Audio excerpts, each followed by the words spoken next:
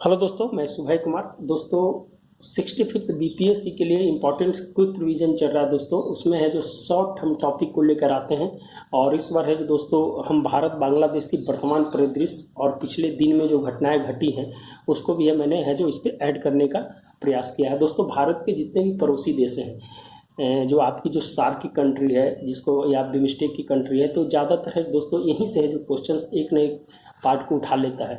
पिछली बार अगर जहाँ तक हम बात करें दोस्तों कि नेपाल और अफगानिस्तान को है जो ऐड किया था और भूटान भी उसमें ऐड था, तो ये तीन को तो आप थोड़ा सा रिप्लेस करके चलिए। और इसके बाद जो बचता है दोस्तों चाइना और बांग्लादेश और श्रीलंका, तो इस तीनों में दो टॉपिक को आप उठाइए, बांग्लादेश और चाइना को। दोनों टॉपिक है दोस्तों इस बार इम्पॉर्टेंट है GS1 के करंट अफेयर्स में, और बाद में अगर GS2 में अगर कहीं आपको डेटा की ज़रूरत पड़ेगी तो वहाँ भी है जो आपका काम करेगा। तो दोस्तों अगर बात किया जाए भारत बांग्लादेश के बारे में, तो विश्व का ऐसा पहला देश है जो भाषा के आधार पर है जो बांटा गया था, और पूर्वी पाकिस्तान जो इसको बांग्लादेश कहते हैं वो है जो पाकिस्तान से अलग किया गया था। और है जो 1978 में, जिस समय इंदिरा गांधी की सरकार थी और एक नए रूप में है जो आयरन लेडी के नाम से उनको है जो उसी समय से पुकारा जाता है, और उनको अलग किया था। वो एक हिस्ट्री का पार्ट है दोस्तों, वहाँ हम है जो ज़्यादा नहीं जानने की कोशिश करेंगे, नहीं तो शेख मुजीबुर रहमान और पूरा उसकी हिस्ट्री है जो पूरा हो जाएगी। तो वर्तमान में जो दोस्तों आप वहाँ के जो प्रधानमंत्री हैं शेख हसीना प्रो इंडियन है, जिसका है जो इंडिया का सपोर्ट रहता है, और दोनों की जो कंट्रीब्यूशन और कोलैबोरेशन से कहीं ना कहीं है जो एक सकारात्मक भूमिका में देखने को मिलता है। और जो 2001 के बाद से है जो लगातार है जो प्रधानमंत्री वहाँ की रही हैं। और हाल फिलहाल में कोविड-19 में शेख मुजीबुर रहमान की जो 100वीं जयंती थी उस पर जो वर्चुअल डिजिटल तकनीक के माध्यम से है जो प्रधानमंत्री मोदी जी ने वहाँ जो संबोधित किया था। तो दोस्तों हम आगे बढ़ते हैं, नहीं तो हिस्ट्री बहुत लंबा इसका चला जाएगा। तो दोस्तों भाषा के आधार पे स्वतंत्र विश्व का प्रथम देश 1971 के बाद जो समझौते हुए हैं उस पर बात करेंगे। रक्षा समझौता जानते हैं दोस्तों कि संप्रति और मिलान दोनों नौसैनिक अभ्यास है जो भारत के साथ करता है। मोटर वाहन समझौता और तीस्ता समझौता और द्विपक्षीय संबंध मजबूत, जैसे बिमस्टेक की सबकी बात है उसकी हमें चर्चा भी यहाँ पर कर देंगे। दोस्तों वर्तमान चर्चा में था एक IMF अभी हाल फिलहाल में एक रिपोर्ट से जो दिया है दोस्तों, इसकी जो चेयरमैन है जो क्रिस्टिना जॉर्जीवा है, और उन्होंने एक रिपोर्ट है जो IMF के द्वारा आया है जिसमें भारत और बांग्लादेश को तुलनात्मक अध्ययन किया है। उसमें जो कहीं ना कहीं है जो बांग्लादेश भारत से है जो प्रति व्यक्ति आय में है जो $10 है जो ज़्यादा हो गया, और पिछले वर्ष एशिया की सबसे ग्रोइंग कंट्री जो थी वो बांग्लादेश थी। इसके पीछे बहुत सारे रीजन है दोस्तों कि चाइना का जो इन्फ्लुएंस, वहाँ चाइना का जो निवेश है जो भारत ना आकर है जो बांग्लादेश में जा रहा है, जो भी कंपनियां वहाँ से आ रही हैं जो बांग्लादेश को रिमूव कर रही हैं, जिसके चलते है जो वहाँ निवेश बढ़ा है। और बांग्लादेश ने अभी 2004 से लेकर 2014 और 15 तक है जो वहाँ की जो प्रजनन दर है, वहाँ की जो लैंगिक समानता पे अच्छा काम किया है। तो इसके बारे में हम जो चर्चा करेंगे। तो भारत का जो GDP है दोस्तों, अभी जो जान रहे हैं दोस्तों की ग्रोथ रेट है जो -10.3 के अनुसार से है जो इसका है जो भारत की है जो नकारात्मक ग्रोथ है जो दिखाया गया, वही है जो बांग्लादेश को 3.4% के ग्रोथ से है जो उसको वृद्धि है जो दिखाया गया है। जिसमें कहा जा रहा है दोस्तों कि भारत की जो पूरी है जो अर्थव्यवस्था है वो है जो 1 × 11 है, माने 11वां है जो भारत का है जो अगर ₹1 वहाँ का GDP है तो भारत का 11 गुना माने ₹11 है। उसके बाद भी है जो यहाँ की स्थिति है जो कहीं ना कहीं बांग्लादेश से जो नीचे जा रही है। इसके पीछे कारण है दोस्तों, इस सब चीज़ को जरूर है जो आप जानते हैं कि जो 2.92 ट्रिलियन जो यहाँ का इकोनॉमी थी अभी वर्तमान समय में एक कम हो गई है। जो कोविड-19 में जानते हैं कि वैश्विक स्तर पर है जो पूरी बल्क GDP है जो 5% है जो गिरी है वैश्विक स्तर पर, जो इसका प्रभाव पड़ा है। और भारत की है जो निश्चित रूप से जो नकारात्मक स्थिति में है जो अभी गई है, तो वह जो 2.92 से है जो नीचे है जो उसका GDP चला गया है। पहले 5वीं अर्थव्यवस्था थी, अब है जो रिपोर्ट्स ऐसा आ रहा है कि करीब करीब है 7वीं और 8वीं के आसपास है जो पहुंच रही है। तो प्रति व्यक्ति आय में अगर दोस्तों अगर बात किया जाए तो भारत की जो $1878 है जो दिखाया गया है, वही है जो बांग्लादेश का है जो $1888 है जो दिखाया गया है। तो एक तुलनात्मक अध्ययन एक इसी समय के लिए जो किया गया, जिस समय जो अभी स्थिति है जो अभी की बनी है। और कहा जाता है दोस्तों कि जो भारत है जो लॉकडाउन है जो बांग्लादेश से पीछे है जो स्टार्ट करने के चक्कर में कहीं ना कहीं है जो इसका है जो ये नकारात्मक प्रभाव पड़ा है। जो बांग्लादेश है जो आपकी 31 जून को ही है जो करीब करीब है जो वहाँ लॉकडाउन में है जो ढील दे दी गई थी, और यहाँ है जो कहीं ना कहीं है जो अब अनलॉक 6.0 आप जानते हैं कि अभी है जो स्थिति थोड़ी सुधरी है, तो उस स्थिति में, लेकिन ऐसा है कि आने वाला समय में भारत है जो बांग्लादेश को पीछे कर देगा। वो भी रिपोर्ट्स है जो IMF के द्वारा दिया गया, लेकिन वर्तमान स्थिति पर है जो बात करेंगे। और थोड़ा इंटरेस्टिंग है दोस्तों कि जब प्रति व्यक्ति आय बढ़ जाता है किसी भी छोटे राज्य की अर्थव्यवस्था, छोटे देश की अर्थव्यवस्था का, तो वो इंटरेस्टिंग पॉइंट बन जाता है। तो आप है जो इसको जरूर है जो लिखने का प्रयास कीजिएगा। इसके पीछे दोस्तों कारण है, कारण को है जो डिफाइन किया गया कि जो भारतीय कपड़ा उद्योग है वो 2016 में, 17 में और 20 में ये कहाँ डिक्लाइन कर रहा था। 2016 में नोटबंदी, 2017 में GST और 2020 में महामारी के चलते भारत में कुल 118 मिलें हैं जो बंद हो गई हैं वहाँ से दोस्तों, जिसके कारण है जिसका प्रभाव है जो कहीं ना कहीं जो कपड़ा जो होता है उसके ऊपर है जो प्रभाव पड़ा। वही है जो चीन, वहाँ चीन के जो कंपनी का निवेश होने के चलते है वहाँ है जो ये ग्रोथ रेट में है जो दिखाया गया है। और विनिर्माण और निर्यात में भी ये संरचनात्मक परिवर्तन है जो वहाँ है जो किया गया है। श्रम बिल में है जो बांग्लादेश में भी परिवर्तन किया गया। भारत तो अभी है जो 29 श्रम कानून को हटाकर है जो उसको है जो 3 कानून में है जो बदला है, 4 कानून में। लेकिन है जो दोस्तों अभी है जो वहाँ है जो इससे पहले है जो है इसका है जो बांग्लादेश में है जो बदल दिया गया था। फिर दूसरी है दोस्तों कि भारत वर्तमान में है जो MOPI के अनुसार है जो गरीबी है जो कहीं ना कहीं है जो यहाँ पर ही बढ़ी है। यहाँ पर MOPI का जो रिपोर्ट्स है उसके अनुसार है जो भारत में है गरीबी है जो वर्तमान में बढ़ी है, और वहाँ जो गरीबी है जो 10% तक है जो गिरावट देखी गई है। तो ये कुछ स्लाइटेड डिफरेंस के कारण किसी भी देश की अर्थव्यवस्था पे बहुत बड़ा ड्रामेस्टिक चेंज है जो देखा जाता है दोस्तों। दूसरी चीज़ है कि माइक्रो क्रेडिट कार्यक्रम में है जो बांग्लादेश में अपनी है जो बहुत अहम भूमिका निभाई। इसीलिए जो 2006 में मोहम्मद यूनिस को है जो नोबेल पुरस्कार है जो दिया गया था दोस्तों वहाँ बांग्लादेश में, उसके है जो बढ़ाने के लिए, और बहुत बड़े स्तर पर है जो माइक्रो फाइनेंस पे और माइक्रो क्रेडिट पे है जो वहाँ काम किया था। लैंगिक समानता पे बल और सफलता और प्रजनन दर में कमी कहीं ना कहीं है जी बांग्लादेश की जो सफलता का कारण है जो माना जा सकता है। भारत में जो बैंकों का विलय हुआ है जो NPA के कारण, और जो संरचनात्मक परिवर्तन किए गए हैं, और ये जो बोला जाता है कि मिनिमम गवर्नमेंट मैक्सिमम गवर्नेंस की जो बात की जाती है, तो यहाँ पर सरकार की इतनी नीतियाँ हैं जो बदल रही है जिसके कारण है जो प्रभाव है जो इसके ऊपर भी पड़ा है। आप जैसे देख सकते हैं दोस्तों कि लॉकडाउन के अंदर में हर एक दूसरे दिन, या GST में आप देख सकते हैं कि हर एक दूसरे दिन, तीसरे दिन है जो चेंजिंग किया जाता था। तो इसका है जो इफेक्ट्स कहीं ना कहीं है जो गवर्नेंस में रहते हैं उनके ऊपर है जो लागू करने में इसकी प्रॉब्लम होती है।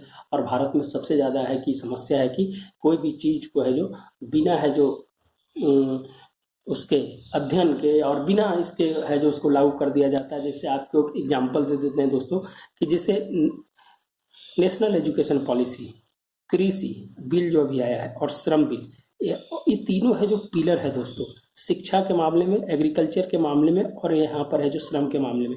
NEP को बिल को बनाने में कस्तूरी रंगन कमेटी ने करीब करीब है जो 1 से 1.5 साल का समय लिया, और करीब करीब 1.5 लाख लोगों से अलग अलग क्षेत्रों में जाकर है जो बात किए, और उसके जिसमें है जो बहुत सारे यूनिवर्सिटी के प्रोफेसर्स, कुलपति, फिर है जो इंटेलेक्चुअलिटी जितना भी हैं उनसे है जो बात की कि क्या होना चाहिए। जिसे देखिए कृषि बिल में क्या हुआ दोस्तों कि आए अध्यादेश लेके आया और है जो लागू कर दिए गए। आप संगठन से बात नहीं की। अभी आप आलू का रेट थोड़ा सा हम दोस्तों हल्का सा है जो थोड़ा सा डिफरेंट कर रहे हैं, क्या है कि ये चीज़ है जो आपको लिखने में मदद देगा। तो जरूर है जो दोस्तों जो लोकतंत्र में संवाद की जरूरत है, बात करने की जरूरत है, ताकि जो कोई भी बिल और अध्यादेश को ला रहे हैं तो है जो कहीं ना कहीं है जो सकारात्मक भूमिका में हो। श्रम बिल के साथ भी यही है दोस्तों, यही हुआ है कि अध्यादेश लागू कर दिया, और अध्यादेश है जो कहीं ना कहीं है जो लोकतंत्र में नकारात्मक साबित होता है।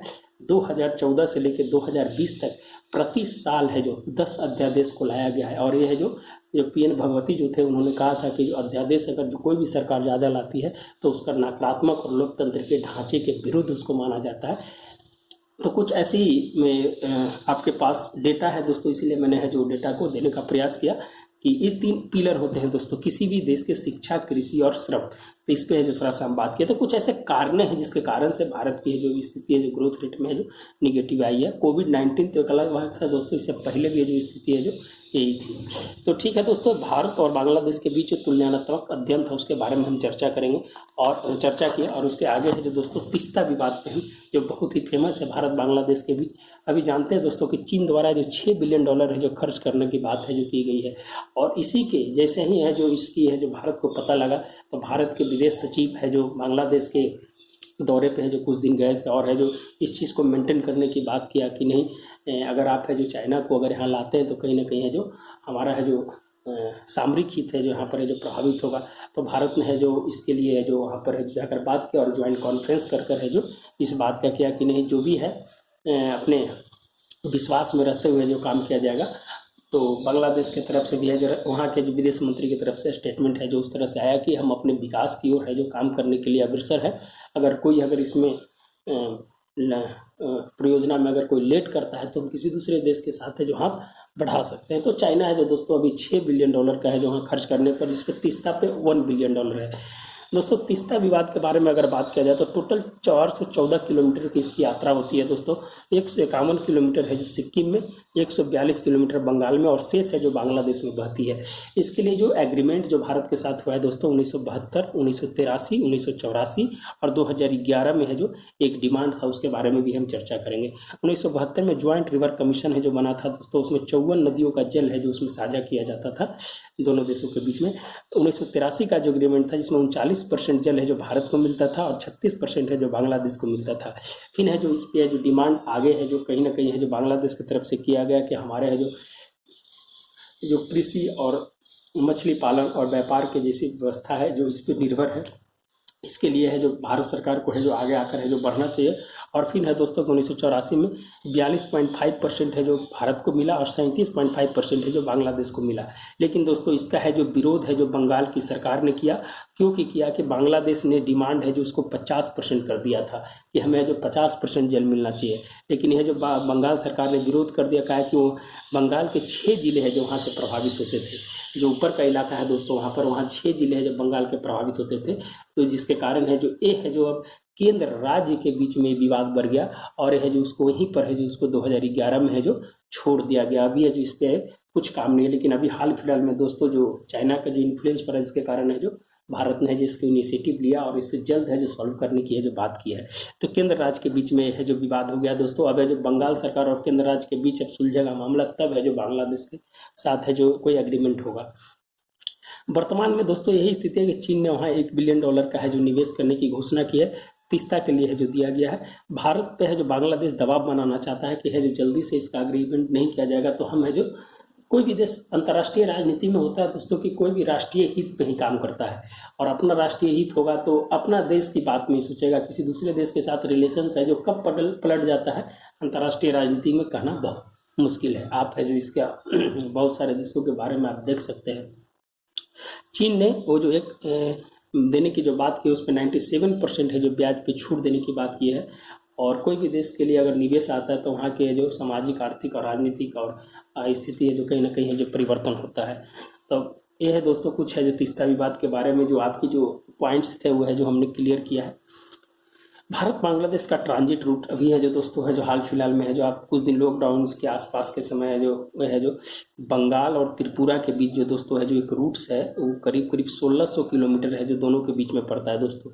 और पश्चिमी जो आपका पूर्वोत्तर भारत है उसको विकास के लिए बांग्लादेश और म्यांमार जैसे देशों का साथ आना बहुत जरूरी है। भारत ने कैसे जो लोकेस्ट पॉलिसी को एक्टिस्ट पॉलिसी में बदला और जितने भी वो जो पूर्वोत्तर के राज्य को समृद्ध बनाने के लिए जो एक्टिस्ट पॉलिसी कहीं ना कहीं है जो सकारात्मक साबित हो सकता है दोस्तों। तो इसके लिए जो अभी जो त्रिपुरा के साथ जो एक रूट्स है दोस्तों बंगाल का, जो कहीं ना कहीं है जो अगर वो रूट वहाँ से बनेगा तो 350 किलोमीटर का है जो बांग्लादेश होते हुए ये जो रूट है 1600 का वो है जो 350 किलोमीटर में बदल जाएगा अगर ये रूट है जो वहाँ से अगर बन जाता है। तो उस पर जो काम है जो अभी चल रहा है दोस्तों, नॉर्थ ईस्ट के लिए बहुत ही महत्वपूर्ण है। भारत चटगांव पर है जो $21.5 बिलियन का है जो निवेश कर रहा है BRI के माध्यम से। अंतर्देशीय जल प्रागमन और व्यापार प्रोटोकॉल जिसे 6 पोर्ट्स ऑफ कॉल के तहत 5 बंदरगाह को जोड़ा गया, जिसे चिट्टागा है, मोलोंग करके नाम है, उस सब बंदरगाह को जोड़ा गया है। पोर्ट्स ऑफ कॉल उसको कहते हैं दोस्तों कि जो मालवाहक जहाज जो गुजरता है तो अपना ईंधन भरने के लिए है जो 6 जगह ऐसे ऐसे जो पॉइंट्स बनाए गए जहाँ पर है जो अपने ईंधन को है जो भरेगा, तो उसको पोर्ट्स ऑफ कॉल कहा जाता है। संयुक्त नौ सैनिक अभ्यास जो मिलान और संप्रीति है जो रक्षा, अगर बात किया जाए तो रक्षा क्षेत्र में है जो ये है कहीं ना कहीं है जो भारत और बांग्लादेश के बीच एक सकारात्मक भूमिका है जो यहाँ देखा जा सकता है। लैंड बॉर्डर एग्रीमेंट जो आप जानते हैं दोस्तों की कॉलोनियाँ है जो ट्रांसफर की गई थी, 100वां संविधान संशोधन था जिसमें 100 कॉलोनी 101 कॉलोनी है जो बांग्लादेश को दिया गया था और 51 कॉलोनी है जो भारत लिया था। तो ये है जो दोस्तों कहीं ना कहीं जो भारत के साथ कुछ है जो रिलेशंस थे, उस रिलेशंस के बारे में हम है चर्चा कर रहे हैं। और बहुत सारा चीज़ है दोस्तों की, ऑपरेशन सूटकिल्ड है जो चलाया गया था, मैत्री एक्सप्रेस से चलाया गया है। तो ये सब चीज़ें दोस्तों है कि वहाँ पर है जो मोटर वाहन है जो समझौता किया गया है। अभी हाल फिलहाल में दोस्तों है जो भारत और बांग्लादेश के बीच है जो 5-5 किलोमीटर जो बॉर्डर का एरिया है, 5 किलोमीटर दोनों तरफ है जो वहाँ पर फ्री ट्रांसपोर्टेशन है जो कर दिया गया है। वहाँ पर जो ज़्यादा है जो डॉक्यूमेंटेशन की ज़रूरत पड़ती थी उसको है जो कम कर दिया गया है वहाँ। तो ये है जो दोस्तों कहीं ना कहीं जो सकारात्मक भूमिका में उसको देखा जा सकता है। तो आप है जो इसके बारे में और जो छोटी छोटी बातें हैं उसको है जो ज़रूर है जो समझ लीजिएगा। अभी हम वर्तमान सिनारियो पर ही बात कर रहे हैं। विद्युत आपूर्ति के बारे में अगर दोस्तों है जो भारत बांग्लादेश के बीच रिलायंस पावर के द्वारा 745 मेगावाट का है जो वहाँ पर एक प्रोजेक्ट लगाया गया है। और अडानी पावर जो है दोस्तों झारखंड से है जो बांग्लादेश के है जो बांग्लादेश की तरफ है जो बिजली की आपूर्ति, बपूती एक जगह है वहाँ पर, वहाँ है जो आपूर्ति करती है। कोविड-19 के समय दोस्तों चिकित्सा कूटनीति भारत के द्वारा है जो किया गया। और जितने भी जो सैनिटाइजर, मास्क या हाइड्रोक्लोरोक्विन जिस तरह की अगर जो व्यवस्था हुआ दोनों देशों के बीच एक सकारात्मक भूमिका में देखा गया। अर्थव्यवस्था को बढ़ाने का प्रयास किया गया। भारत ने 10 रेलवे लोगों को है जो बांग्लादेश को दिया गया है। और जो दोस्तों अभी हाल फिलहाल में जो दिल्ली से लेके जो बांग्लादेश के बीच है जो अभी है जो खाद्य आपूर्ति के लिए या सामानों का है जो अभी हाल फिलहाल में है जो भेजा गया था। तो अभी नितिन गडकरी और क्या नाम है इनका जो वाणिज्य मंत्रालय में है श्री पीयूष गोयल ने है जो उसके जो अभी हाल फिलहाल में बोला कि भारत बांग्लादेश के साथ हमें जो बेसिक रिलेशनशिप है जो हर क्षेत्र में है जो बनाने की बात किया है उन्होंने। पूर्वोत्तर राज्य को कम लागत पर कम समय में है जो उपलब्ध कराने का है जो प्रयास किया गया। जो कोई भी है दोस्तों अभी 1600 का रूट है जो तय करना और 350 का रूट है जो बांग्लादेश के माध्यम से है जो किलोमीटर का रूट अगर तय करता है तो निश्चित रूप से कम लागत और कम समय में है जो कोई भी सामान या ट्रांसपोर्ट है जो भारत और बांग्लादेश के बीच है जो हो सकता है। कोलकाता अगरतला तक है जो परिवहन दूरी में पर्यावरण प्रदूषण में कमी की गई है। अगर है जो डिस्टेंस शॉर्ट होगा दोस्तों तो पर्यावरण निश्चित रूप से कहीं ना कहीं है जो उस पर है जो कमी आएगी। तो पर्यावरण प्रदूषण की कमी को भी है जो वहाँ पर है जो तो हर एक एंगल से दोस्तों है जो आपको लिखना जो भी याद हो एग्जाम में लिखने का प्रयास कीजिएगा। हर एक क्षेत्र से है जो पर्यावरण से हो, रक्षा से हो, आर्थिक से हो, द्विपक्षीय हो, मैंने हर एक एंगल से है जो लिखने का है जो प्रयास कीजिएगा। क्षेत्रीय समूह की अगर बात किया जाए तो BBIN समझौता भूटान, बांग्लादेश, इंडिया और नेपाल यह जो समझौता है जो दोस्तों जो किया गया है। क्या कि दोस्तों भारत के साथ जितने भी जो पहले पड़ोस की नीति की जो भारत बात करता है, आप जानते हैं पारा डिप्लोमेसी की बात करता है, एक्ट ईस्ट पॉलिसी की बात करता है। तो ये सब दोस्तों कहीं ना कहीं है जो अभी हाल फिलहाल में जो दोस्तों IMD और प्लस भारतीय मौसम विज्ञान ने जो चक्रवात आता है, जो तूफान आता है, उसके लिए है जो जितने भी देश थे जो भारत के दक्षिण एशिया के जो देश हैं वो है जो वो उसके लिए है जो विशेष प्रकार का है जो गजट है जो प्रकाशित गजट है जो बांग्लादेश और उन सब देशों को है जो प्रदान किया है। आंतरिक एवं बाह्य सहयोग, जल मार्ग समझौता, पड़ोसी देशों के साथ क्षेत्रीय विकास और रेल मार्ग अखौरा अगरतला और मैत्री एक्सप्रेस है दोस्तों। तो ये भी वर्तमान का जो अखौरा अगरतला था उसको हमने यहाँ पर है जो चर्चा किया है।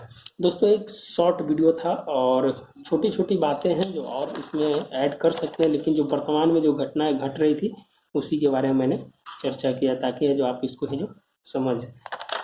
तो दोस्तों मिलते हैं फिर कल नई एक वीडियो के साथ। अगर आपको वीडियो अच्छा लगता है तो निश्चित रूप से लाइक एंड सब्सक्राइब जरूर करें। हम भी कोशिश कर रहे हैं दोस्तों कि जितना जल्दी है जो आपका 10 दिन 5 दिन में जो इम्पोर्टेंस लग रहा है उसको है जो हम ख़त्म करें ताकि जो 65 में आपके लिए जो सहयोग भी बन सके हम और आप जो अच्छे नंबर और अच्छे से प्राप्त करें जो नए अधिकारी के रूप में बने, यही मेरी कामना है। तो ठीक है दोस्तों मिलते हैं फिर नए वीडियो के साथ। कल जल जीवन हरियाली और कुछ है जो महिलाओं से लेकर जो NCRB रिपोर्ट जो भारत का अपराध जो आया है उसके बारे में चर्चा करेंगे दोस्तों।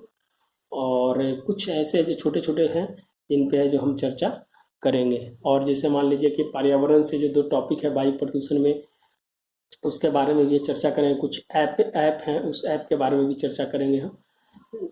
तो ठीक है दोस्तों मिलते हैं कल नए वीडियो के साथ। धन्यवाद दोस्तों।